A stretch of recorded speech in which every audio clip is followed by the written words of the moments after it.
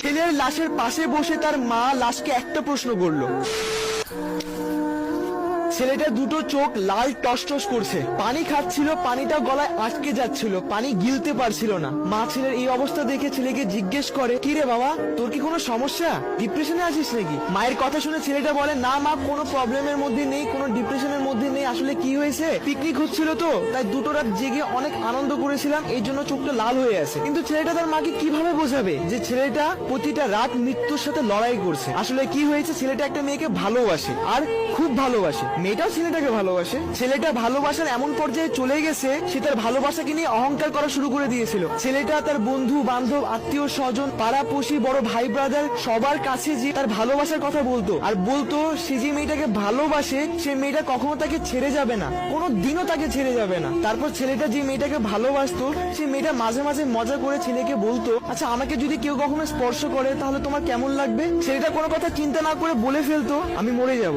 তারপর যখন মেয়েটা বলতো, আচ্ছা আমার যদি কখনো অন্য জায়গায় বিয়ে হয়ে যায় তখন তোমার কেমন লাগবে? তখন ছেলেটা বলতো, যে রাত্রে তোমার শরীর থেকে লাল শাড়ি খোলা হবে সেই রাত্রে আমাকে সাদা কাফন পরানো হবে। ছেলেটার মুখ থেকে এসব কথা শুনলেই তার প্রেমিকা তাকে ঠাস করে একটা থাপ্পড় দিত, আর বলতো, এইসব কথা যদি তুই কোনোদিন বলিস না তাহলে কিন্তু তোর একদিন কি আমার একদিন, পাগল একটা, দ্বিতীয়বার যেন তোর মুখে এইসব আবল তাবল কথা আর না শুনি। তখন ছেলেটা বলতো, আচ্ছা শুনবা না, আর কখনো এরকম কিছু করবো না, শুধু তুমি আমাকে ছেড়ে যেও না। মেয়েটা ছেলেটাকে বলতো, তুমি পাগল একটা। তারপর যখন তাদের প্রেমের সম্পর্ক 3 বছর পার হয়ে যায়, হঠাৎ করে মেয়েটার পরিবার মেয়েটার জন্য পাত্র খুঁজতে শুরু করে, মেয়েটার বিয়ে দেওয়ার জন্য। আর এইসব কথা শোনার পর ছেলেটা ছটফট করা শুরু করে দিল।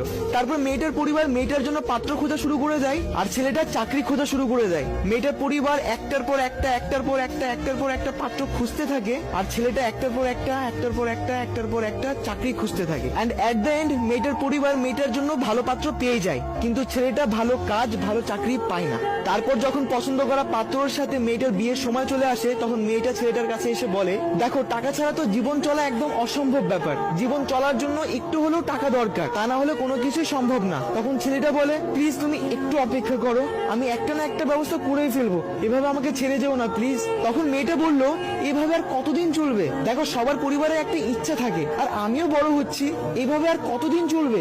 তখন ছেলেটা বারবার রিকোয়েস্ট করে কান্না করে বলল, প্লিজ ছেড়ে যেও না, একটা না একটা ব্যবস্থা করে ফেলবো, একটু অপেক্ষা করো, একটু ধৈর্য ধরো। কিন্তু মেয়েটা ধৈর্য ধরে না, তার পরিবারের পছন্দের পাত্রর সাথে বিয়েতে রাজি হয়ে যায়। তারপর বিয়ের ডেট তারিখ ঠিক হলো, বিয়ের দিন চলে আসলো। যে রাত্রে মেয়েটাকে হলুদ শাড়ি পরানো হয়, সেই রাত্রে ছেলেটা নানান রকম নেশা করতে ব্যস্ত। দেন বিয়ে করার পর মেয়েটা তার স্বামীর বাড়ি চলে যায়, আর সেই রাত্রে ছেলেটা ফেসবুকে একটা স্ট্যাটাস দেয়। স্ট্যাটাসটা হলো, অহংকার করে বলেছিলাম সে কখনো আমাকে ছেড়ে যাবে না, সময়ের ব্যবধানে বুঝলাম অহংকার পতনের মূল।